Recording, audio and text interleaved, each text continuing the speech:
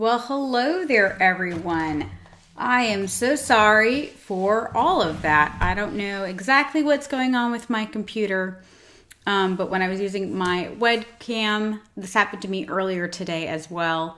For whatever reason, it did not start recording. It did not do anything. It just went black. And I don't know if you guys saw black on your end or if you just saw that title page. I don't know, but I had a great show, so let's do it all again, right? Why not?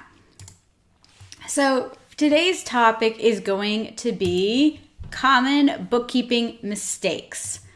Now, I'm just going to really quickly triple check and see if we are on, if we are definitely live, if you guys are on YouTube or on Facebook. If you could just let me know, that'd be so helpful. Yeah, it does look like I am on Facebook, so that's a positive. I'll take that as a small miracle. Yeah, and I have the chat up here for the YouTube. I know it's going to be a different show, so some of you guys might be on that live, and then you're like, where to go? Well, you know, that happens sometimes. It just is what it is. Well, let's go ahead and begin. My name is Riverly. I'm the founder of the Savvy Groomer, where I teach pet professionals how to find their purpose and profit while enjoying their passion. I teach pet groomers primarily, but all pet professionals, all about personal finance and business. I want them to be able to feel empowered enough to live a life they love while enjoying grooming. And if you guys want to know more about me, go to savvygroomer.com. So again, I am gonna, oh, yay! People can see me. Thank you guys so much for letting me know. Good news, I've already had one run through, so this will be great. No worries. So here we go, guys. What are 3 common bookkeeping mistakes? When I'm talking to pet professionals who own a business about basic bookkeeping practices or terms, I hear the same mistakes over and over again. Not feeling comfortable with bookkeeping is very normal, guys. In fact, 60% of small business owners feel that they do not have enough knowledge about finances and accounting. Let me share, like I said, 3 common bookkeeping mistakes that I see even just regular pros make. And I will always start this by saying, guys, I am not a bookkeeper. Can I do bookkeeping? Absolutely. Do I enjoy it? No, not at all. I pay someone to do that. I am not a tax attorney. The things I'm going to tell you guys is based on me being a small business owner and me having basically done all of these. So let me share this with you. So number 1 mistake is procrastination. When you're putting off bookkeeping till you are overwhelmed, it's just a giant mistake. Often we just input data in daily or even weekly versus waiting till an entire month or quarter. You'd feel less overwhelmed. So if you guys are doing your bookkeeping at the end of the month, I would highly suggest, I would like to see you guys do it daily, but even weekly is better than monthly. It's going to make you far less overwhelmed. You're going to feel more in control and more comfortable. The worst form of procrastination is waiting until tax time to input an entire year's worth of data. Too many groomers do not have access to their profit and loss statements or how they are doing financially because they put it off to the last minute. Is bookkeeping outside your zone of genius? No worries. I would highly suggest hiring a bookkeeper, accountant, or even a VA, which is a virtual assistant, or honestly anyone trustworthy to do your books weekly or monthly so it doesn't get put off till last minute. Hi Peter, hi Erin, hi Shelly, how are you guys doing? Lovely to see you live. Thank you for your patience. So don't procrastinate. If it's something that you keep procrastinating, it's outside your zone of genius. And for those of you guys who have never heard that term, what your zone of genius is basically we have things that we are very naturally good at. We have things that we really enjoy doing. And then there are things that we hate and we put off till the last minute. If this is you, if you are putting this off to the last minute, I would highly suggest you outsource it or create structure that you're then going to be able to go ahead and do it more regularly. All right, so number 2, mixing business and personal. At Savvy Groomer, we talk about the dangers of using your business like your personal piggy bank. By mixing your business and personal accounts, you can forget, if that trip to Walmart was for grooming supplies or for your household. Was this my car's tank or was this the grooming van?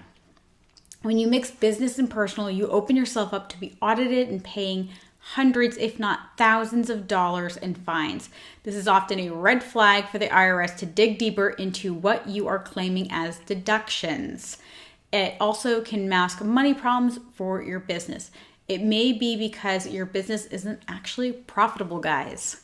Keep your business and your personal separate for your business and your personal life's sake. This happens over and over and over again, guys. If you are a business, and I will say if you are a hobby groomer, and I define a hobby groomer as somebody who grooms for fun, they don't need the money. They could be a stay-at-home wife and their husband doesn't need them to bring any money in. You might be somebody who's a stay-at-home mom. You might be semi-retired. You might be, let's say, a breeder and you just, groom that one type of dog. Like if you breed doodles and all you do is groom your clients' doodles, then that's fine. You want to fuck up your business finances, that's on you. But if you are a business owner, then you have to separate your business and your personal.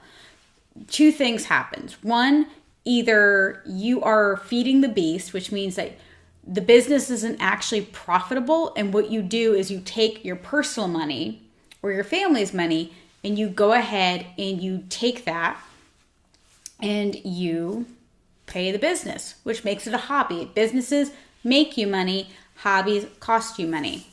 So from there, what are you supposed to do? Then you're like, well, sometimes I take the business and I will do things like I will pay my car. Let's say for me, I'm mobile.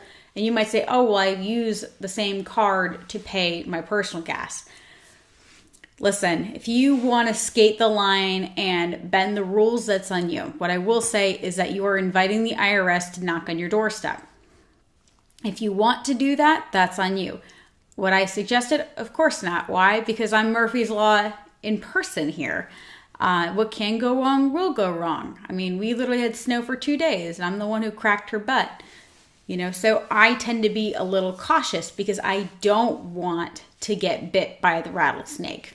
I'm like, nope, let me do things the right way. But a lot of you guys will skate that line. Alternatively, you don't leave any money in the business when you take the money out and you put it in your personal. By buying things like, oh, I'm going to buy a computer, $1,000 computer for my home, but like it's for the business. Okay, well, do you have 6 months to a year's worth of emergency fund in your business? Most people that do that do not have that kind of money in their business. So if you have to close for 3 months, 6 months, where is that money going to come from to pay your overhead?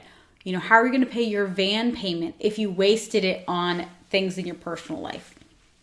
Please don't do that. That's how things get really complicated. It screws up your bookkeeping. And it makes it harder for you to get loans. It makes it harder for you to qualify for things because they're going to say, wow, these books are a mess, or they're using things for their personal life. And a lot of times you put that as a deduction, that's actually lying on your taxes. The IRS does not like when you lie on your taxes. So do that at your own peril, guys. So that brings me to tip number 3. And this one's really obvious, but it happens so often, even though we know it's obvious, and that is losing receipts. So again, it seems so often, but I can't tell you how often it happens. Just saying you went to Walmart to pick up extra towels may not satisfy the IRS, and you could lose that deduction. A CPA, which is a certified public accountant, or an EA, which is an enrolled agent, is not going to be happy with you if you hand them a giant shoebox worth of receipts with your messy bookkeeping. If you're missing a receipt, they may have to change the books on you, which can be really expensive, especially if you buy something large. I don't know about you guys, but like I buy a lot of towels when I buy them. I buy, probably $400 or $500 worth of towels sometimes at a time, just because they get ratty. and it is what it is. And I'm not a DIY kind of girl. When the towels get ratty, I'd rather donate them and just get new ones. I'm not going to sit there and sew my towels. It's just not who I am. Although if I could hire someone to sew towels that was cheaper than buying new towels, I would probably do that. But anyway, so, if I didn't have that receipt, because I can't just hand them a receipt that says Walmart that's $400 and not see the line item. So here's what I would highly suggest is that you guys, in a perfect world, would scan these receipts, take pictures of them, put them on a cloud-based storage like Google Drive, Dropbox. Nowadays, Google Drive is free. I pay for like 100 gigabytes or something insane. I think it's like $2 a month. It's like so cheap. You can get an external hard drive. I think you can get a terabyte now, which I don't even know how much a terabyte is. It's so big, for something crazy, like less than $100. But put them either on a cloud or on an external hard drive. Put them in multiple places. And in certain software like QuickBooks Online, you can actually take a picture of it. So when you get that, you can just take a snapshot of it. It'll get linked right to that.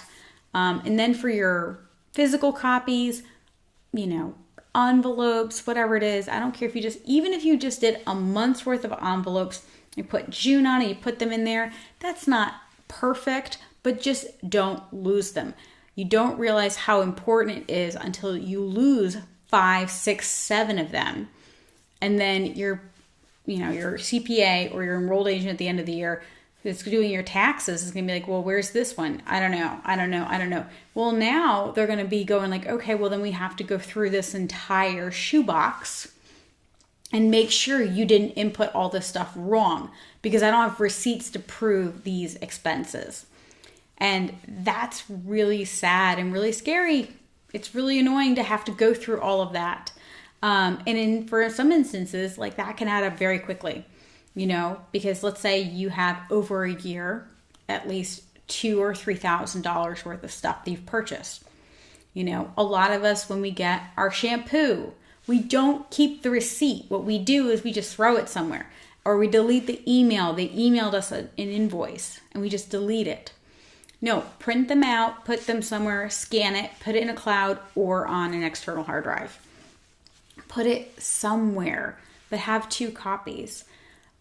Anything but just tossing the receipt away, and then come tax time, you have no idea what it is, where it is. Like if you asked me the last time I bought towels at Walmart, I have no idea. I know I have this year, but I would have to go through my QuickBooks. And then when I go through QuickBooks, then I would have to find the receipt if it's not attached there, which is a lot easier in, let's say, a Google Drive that says, let's say it was in June. I could have a little June 2020 receipts in my Google Drive, pop it open, look at the date I had input it into my bookkeeping, and I wrote, Walmart towels, June 10th, 2020.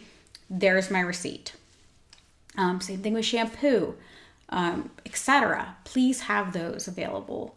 You don't realize how quickly that can spiral out of control.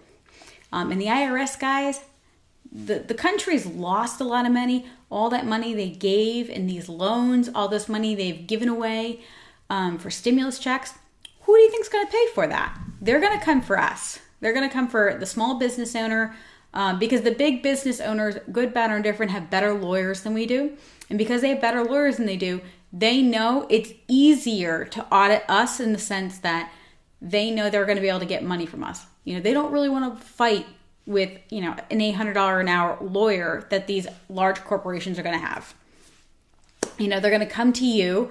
They're going to find $2,000 or $3,000 worth of expenses without receipts, without proof. And then they're going to go, okay, well, you now owe us this $2,000 or $3,000.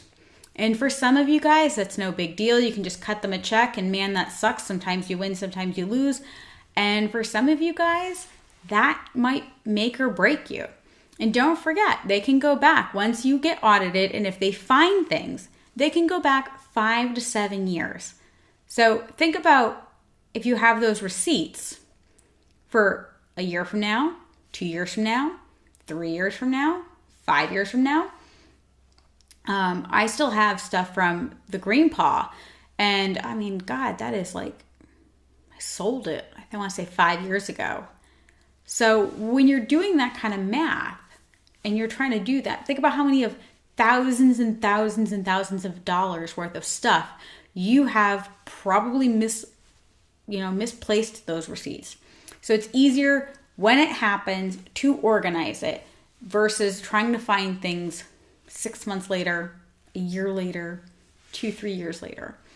And I know it's really hard to keep things organized, but I believe in you. Next month, we're going to be doing more on office organization, because when I start talking about things like lost receipts, you guys are like, yeah, but where do I put them? I'm like, all right. I got you. But if you guys still don't feel comfortable with their bookkeeping knowledge and you want more, don't worry, you're not alone. Like I said, 60% of small business owners feel like they don't know anything about bookkeeping or really accounting. So I actually have a 90-minute workshop that you guys are more than welcome to do. It's all about the basics of bookkeeping and it's tips to help you understand them. If you guys are interested, you can, this is someone calling me. You guys are more than welcome to go ahead and check out savvygroomer.com/bookkeeping. That'll bring you to the sales page for my bookkeeping workshop. It is 90 minutes long. We did it live in our Grow Wealthy Grooming membership. I would love for you guys to join. Now, if you do join Grow Wealthy Grooming, you're going to get free access to that bookkeeping class, as well as get access to all of the other workshops in that library. All right, guys. So I hope that was helpful. I know today got off to a little bit of a rocky start. It is what it is. Things happen. Thank you so much for being here or being in the group and watching. I could really just use a little bit of a break, but that's okay. It is what it is, and that's how you know it's real. It's how you know it's live. And it's always funny because it's like my grooming business is so well regimented, so well done. And then learning all the kinks in the Savvy Groomer business, it's like I have to learn new technology. I have to learn how to make things work on the fly. It reminds me when I first got my mobile van, like having the shop. I had always been in a shop, so that wasn't hard. Or like the first time I had a hair vac, if you guys have ever done a clipper vac, I had literally sucked the entire top knot of a standard poodle into my clipper vac the first time I used it. Like the whole thing, like gone, just gone. Because they told me to skim it. So they had a 10 on it. And then they were like showing me how to skim it. And I didn't realize it would just suck the whole thing in accidentally. And now I love it. Now I use it basically every time I groom because I do a lot of comb cuts and things like that. But, in the van, I had to learn how to use all the different equipment. So thank you guys for being patient with me. It means a lot to me. All right. So if you guys are interested in working with me, I want to highly suggest that you consider signing up for a Grow Wealthy Grooming business membership, that you're going to learn one business topic every month, and that is only $35 a month. If you are trying to grow your business and you really need hand-on tactical advice, then signing up for my business coaching may be a better fit for you. That is one-on-one. You get 4 hours a month, and that is only $9.97 a month. And if you're sitting there going, Jesus Christ, how the hell am I going to pay for all this? No worries. I have my online course, Personal Finance on a Leash, where in 12 weeks, I'm going to teach you how to get your money under control and make it work for you. Now, that is only $199 for 3 months, and then you own it forever. If you purchase Personal Finance on a Leash this year, you will get, next year, we are having a financial mastermind, a business groomer mastermind, tentatively called Unapologetically Wealthy, where we're going to be going over credit repair. We're going to be going over super saving, whether that is to buy a house, buying a mobile van, starting a business. And if you do purchase Personal Finance on a Leash in this year, which is 2020, then you will get an entire year of that mastermind for free. And I'm so excited to be teaching more in-depth topics really understanding your credit reports and things of that nature. I have had a few coaching clients who wanted to purchase a van, and we were talking about how they look at their Credit Karma, for instance, and they're like, I don't understand why I can't buy a van. My credit score is this. I say, well, did you know you have different credit scores? So, you generally do, generally speaking, the FICO 5, which is the auto one, is the one that they're going to look at for a van. That is different, and it looks at different things because it's going to focus in on your car experiences. So somebody might have an 800, but maybe they have one 30-day late on a lease payment from 3 years ago. That may actually affect their auto FICO score and make it 100 points less than their other FICO scores. So the more I learn about that, the more I want to share. And I'm really excited to be able to do that, to really give you guys more of an insight into those deeper topics. But anyway, guys, I've had fun as always. I'm looking forward to seeing you next week here. And in the meantime, guys, happy grooming.